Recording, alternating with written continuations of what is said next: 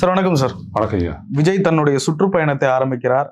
வாரம் ஒரு நாள், சில வாரங்கள்ல மட்டும் 2 நாள் சுற்றுப்பயணம். ஒரு வாரம் கேப் எடுத்து ஒவ்வொரு மாவட்டத்துக்கா போறாரு. ரோட்ல எல்லாம் நின்று மக்களை சந்திக்க போறாரு. உங்களுடைய ஆசை நிறைவேறிடுச்சா? இனி களம் எப்படி இருக்கும்?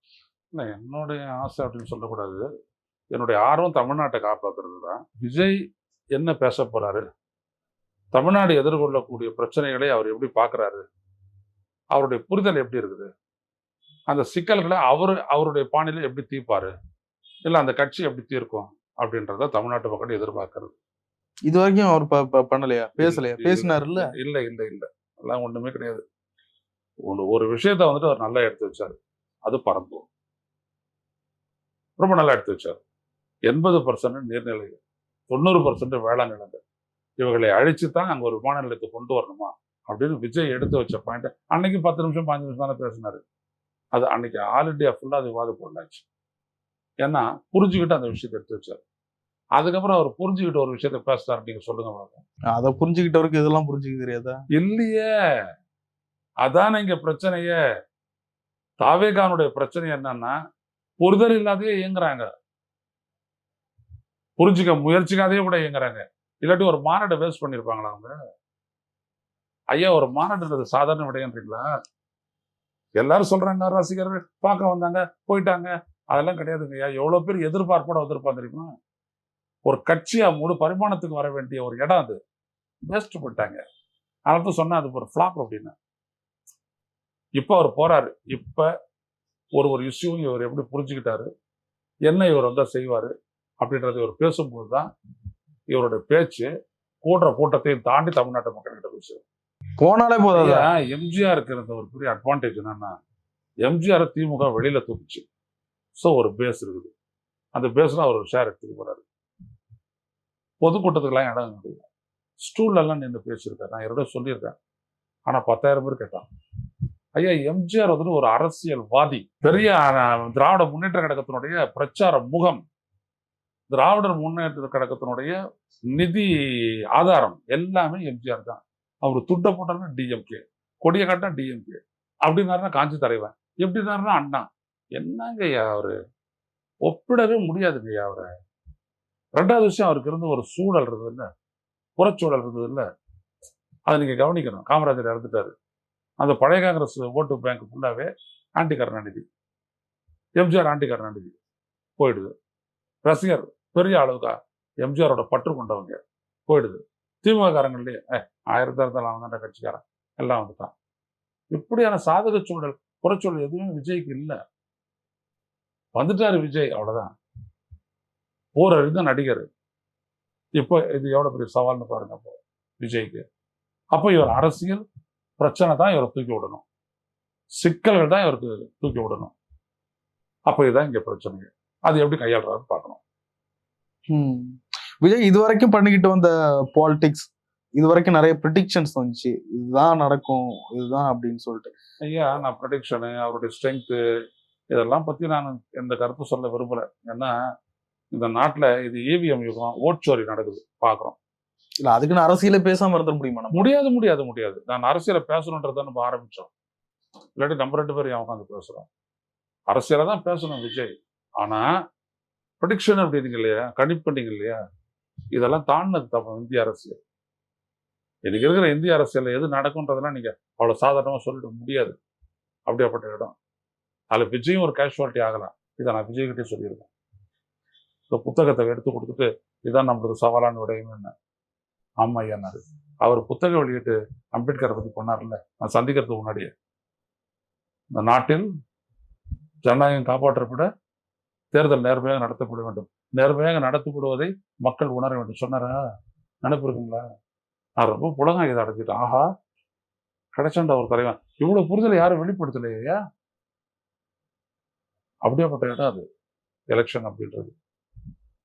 ஸோ அது ஒன்றும் விஜய்க்கு புரியாத இடம்லாம் கிடையாது. ஏன்னா அவ்வளோ பேசுகிறோம் நம்ம EVM பற்றி, அது ஒன்றும் கிடையாது. ஆனால் இஷ்யூஸ் அதில் அவர் எங்கே நிற்கிறாரு பேசுகிறோம். அண்ணா, அங்கிள் ஸ்டாலின், கேட்குதுங்களா கேட்குதுங்களா, இதெல்லாம் அரசியல் எடுக்கூடாது. ஒரு சுவாரஸ்யத்தை போட்டு உங்க முன்னாடி இருக்கக்கூடிய ரசிகர்கள் விசிலடிப்பாங்க, கத்துவாங்க, எல்லாமே பண்ணுவாங்க. பின்னாடி இருக்கிறவங்கன்னா இவ்வளவுதானே இவரு எடை போட்டு முடிச்சிடும் கோடு போட்டுருவாங்க. ஸோ மாறணும் இவரு எப்படி பண்றாருன்னு பார்க்கணும். அவர் ஒரு வாரத்துக்கு ஒரு தடவை வரட்டும், எப்படி வேணாலும் வரட்டும், அதை பற்றிலாம் ஒன்றும் இல்லை. ஒரு ஒரு ஒரு வாரம் 3 மாவட்டங்களுக்கு போக போறாரு. நாளைக்கு திருச்சி, அரியலூர், பெரம்பலூர் போறாரு. ஸோ நல்ல திட்டம் தான். என்ன பேசுறதுன்னு பார்ப்போம். இல்ல நாளுக்கு நாள் ஒரு பக்குவம் தெரியலையா அவருடைய அரசியல்? முதல் மாநாட்டுல அது தெரிஞ்சிச்சு, நல்லா தெரிஞ்சதா? நல்லா தெரிஞ்சிச்சு. அதுக்கு பிறகு டவுன் தான். பேசு பொருளாச்சு. அதுக்கப்புறம் நம்மளும் ஜனவரி வரைக்கும் இருந்தோம் அவரோட. ஜனவரி 30ஆம் தேதி வரைக்கும் இருந்தோம். அதுக்கு பின்னாடியான காலகட்டத்தில் வந்துட்டு யுசிவே தொடல அவரு. நீங்க திட்டுறது வேற. அதாவது சரி, நான் ஒரு உதாரணத்துக்கு சொல்ல நல்லா இருக்கும். எத்தனை காலம் தான் ஏமாற்றுவார் இந்த நாட்டிலே. நீட்டு தேர்வை பத்தி திமுக ஸ்டாண்டை திட்டுறாரு. இதே விஜய் தானே சொன்னாரு, அந்த நீட் தேர்வை வந்துட்டு விலக்கு வேணும் அப்படின்னு சொல்லிட்டு நிறைவேற்றப்பட்ட அந்த சட்ட வரைவை ஆதரிச்சு மாணவர்களுக்கு பரிசு கொடுக்கக்கூடிய நிகழ்ச்சியில் அவர் பேசினார். பேசிவிட்டு ஒன்று சொல்றாரு, கல்வி அதிகாரம் முழுமையா மாநிலங்களுக்கு வரணும் அப்படின்ட்டு. அப்படி பேசினவர் அடுத்த 6 மாசத்துல எத்தனை காலம் தான் ஏமாற்றுவார் அப்படின்னு சொல்லிட்டீங்க. இப்போ உங்களை கேட்குறேன், ஆட்சியை நீங்க வந்துட்டீங்க, நீங்க என்ன பண்ணுவீங்க? இதே திமுக போன ரூட்ல தானே நீங்களும் போயாகணும், சட்ட ரீதியான வழிக்கு தானே போயாகணும். அப்ப அவங்கள பார்த்து எத்தனை காலம் தான் ஏமாற்றுவார் சொல்றது, அப்ப என்ன ஆகும்? ஸோ இங்க யாரும் மக்கள் வந்துட்டு ஒருத்தர் எடுக்கக்கூடிய நடவடிக்கையில நம்ம எங்க இருக்கிறோன்றதை அவங்க யோசிச்சுருவாங்க. மாணவர்களா இருக்கட்டும், இளைஞர்களா இருக்கட்டும், விவசாயிகளா இருக்கட்டும், பெண்களா இருக்கட்டும். அதனால நீங்க வெறும் வசனம் மாதிரி பேசிக்கிட்டு ஏமாத்துறாங்க அப்படிலாம் சொல்லிட்டுலாம் நீங்க தப்பிச்சிட முடியாது. அதான் அவருக்கு இருக்கிற சிக்கல். விஜய் எந்த அளவுக்கு விஷயங்களை புரிஞ்சிட்டு இருக்கிறாரு, அதான் மக்கள் எதிர்பார்க்கிறது. அப்போ ஒரு 3 பிரச்சனை எடுத்து பேசுறாரு. 3 பிரச்சனையும் அந்த மக்களுக்கு புரியும்படி பேசணும். அதான் நான் சொல்றேன், பரந்தூர்ல நடந்துச்சுன்னு. இந்திய ஒன்றிய அரசு பரம்பூர்ல அவர் கண்டிக்கல, கேட்கல, கோரிக்கை வைக்கல, அது வேற விஷயம். ஆனால் அந்த பிரச்சனையும் பேசுறாரு. சரியா, நான் வளர்ச்சிக்கு எதிரானவன் இல்லை, விமான நிலையம் வரட்டும், ஆனா இங்க வேண்டாம் அப்படின்றத அவர் எடுத்து சொன்னார். அதான் முக்கியம். அது மக்கள் குரல். அப்படி போன விஜய் எப்படி பண்றாருன்னு பார்க்கணும். இல்ல நாளுக்கு நாள் களம் மாறுகிற பொழுது, களத்துக்கு இவரும் இறங்குகிற பொழுது, இன்னும் தீவிரமாக வேலை செய்கிற பொழுது அவர் மீதான அந்த ப்ரெடிக்ஷன்ஸ் எல்லாம் மாறாதான்னு கேட்கிறேன். இல்லைங்க, அவர் மேல ஒரு ஒரு அவருக்கு ஒரு அறிமுகம் இருக்குல்ல, அதான் நீங்க ஊடகங்கள்லாம் கொடுக்கக்கூடிய முன்னுரிமை.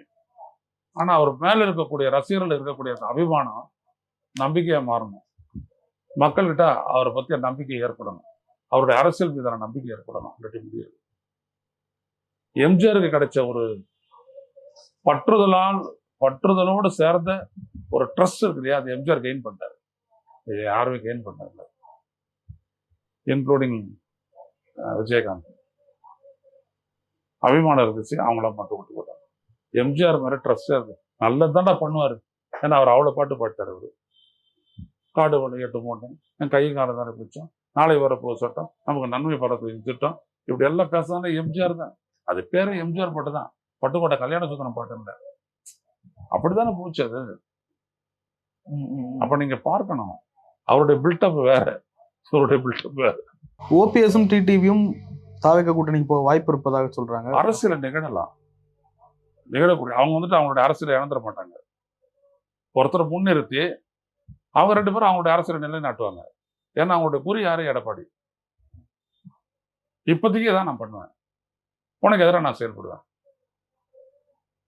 இப்ப இது கூட்டணி போகுது, பாஜக அதிமுக கூட்டணி அப்படி போயிடுது.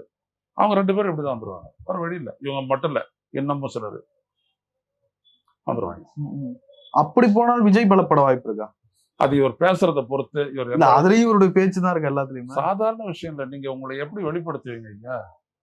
ஐயா நீங்க ஒரு தலைவர், ஏன் நீங்க திருச்சி வேட்பாளர் இல்ல சார், எந்த ஐயா யாரா எந்த ஆட்களாக இருக்கும், இதுக்கு முன்னாடி சில ஜெயலலிதா அவர்கள் இருந்தாலுமே யாரோ எழுதி கொடுக்கறது தானே பேசுவாங்க, படிப்பாங்க. யாரோ எழுதி கொடுக்கறத பேசும்போது ஜெயலலிதா எவ்வளவு ஆடமா பேசுறாங்கன்றத நீங்க ஈழ பிரச்சனையில பாத்தீங்களா? காவிரி பிரச்சனையில பாத்தீங்களா? காவிரி பிரச்சனையில விவசாயிகள்லாம் மாநாடு வைக்கிறாங்க தஞ்சாவூர்ல, அந்த அம்மா பேசுற பேச்சை கேட்டீங்களா? நான் ஒரு உதாரணம் சொல்றேன், எல்லாருக்கும் அதிமுக எல்லாமே தெரிஞ்சது. அவங்க என்ன பண்றாங்க, இந்த சிபிஎஸ்சி மாணவக் கழகத்துக்கு வந்துட்டு நிறைய மார்க் போட்டுறாங்க. அவங்க நிறைய எம்பிபிஎஸ் சீட்டை பிடிச்சிட்டாங்க. திராவிடர் கழக பொதுச் செயலாளர் வீரமணி கேஸ் போட்டுறாரு. அப்போ ஜெயலலிதா சொல்றாங்க, அவங்களுக்கு 2% இடம் தான் நான் தருவேன் அப்படின்றாங்க. அதை எதிர்த்தும் வழக்கு போகுது.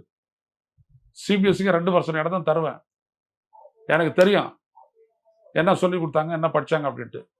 உடனே கோர்ட்டு சொல்லுது, அப்போ ஒரு எக்ஸாம் வைங்க,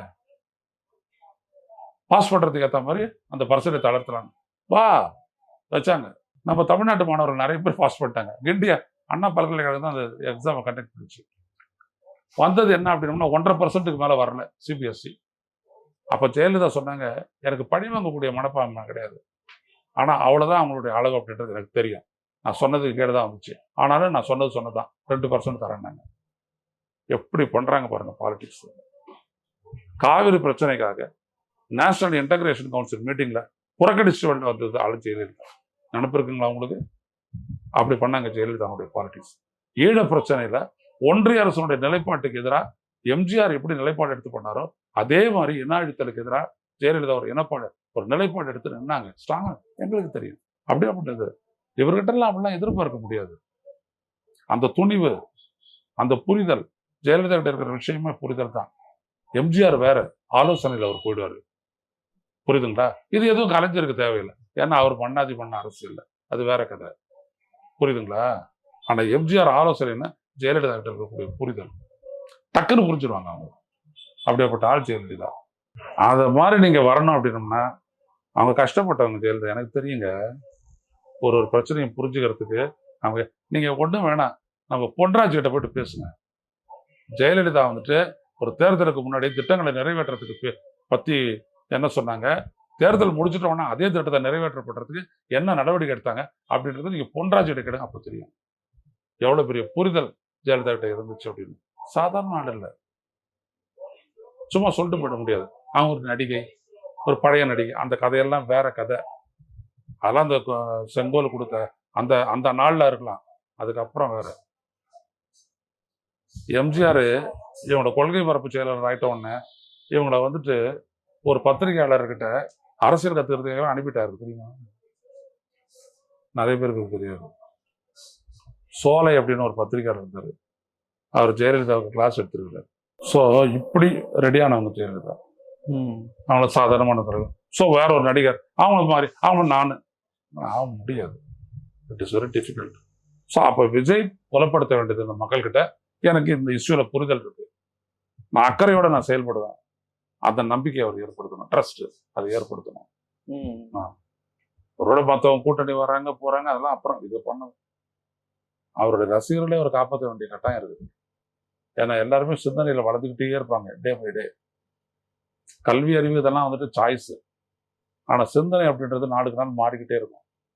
ஏன்னா இன்புட் போய்கிட்டே இருக்கும், ஐம்புலன்களின் வழியா விவரங்கள் போய்கிட்டே இருக்கும், அது ப்ராசஸ் ஆகிட்டே இருக்கும். இதோ ஒன்று சொல்லுங்க, அதெல்லாம் இவருக்கு அதெல்லாம் வேணும், நான் ரசிகன், நான் படம் பார்ப்பேன், அவள் தான் அப்படி சொல்லிட்டு ஒதுங்கிட்டானா முடிஞ்சு போச்சு. அன்புமணியை கட்சியை விட்டு நீக்கியிருக்கார் ராமதாஸ். தெளிவு பண்ணிட்டாங்க. 2 கட்சி, பாமகன்றது 2 கட்சி. இதுக்கு மேல நிரூபிக்க வேண்டிய இடம் களம்.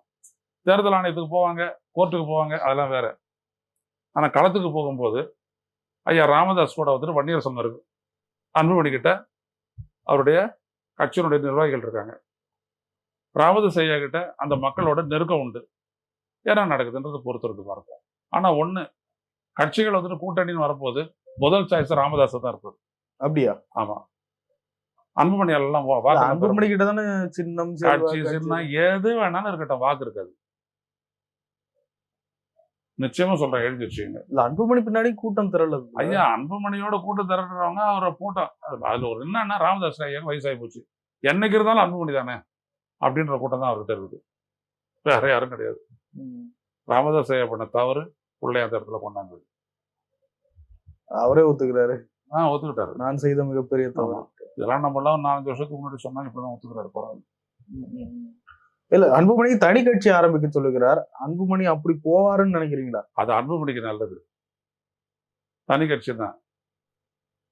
அப்போ நான் எங்களுடைய அப்பாவுடைய இன்ஃப்ளூயன்ஸ்ல அவர் ஆரம்பிச்ச கட்சியில நான் வந்துட்டு அதை வச்சுக்கிட்டு நான் விளையாடுறேன் அப்படின்ற இல்லாம தனி கட்சி ஆரம்பிச்சு அவர் போகணும். அவர் போறதுக்கு அந்த துணிச்சல் அவர்கிட்ட இருக்குமா? இருக்காது. ஏன் இந்த கட்சியை நடத்தினாலும் அது தப்பா? உரிமையை பெற்று. எப்படி நீங்க வந்துட்டு ஒரு தலைவர் கிடையாது, வன்னியர் சங்கம் நடத்துற போராட்டத்துல நீங்க ஆள் கிடையாது.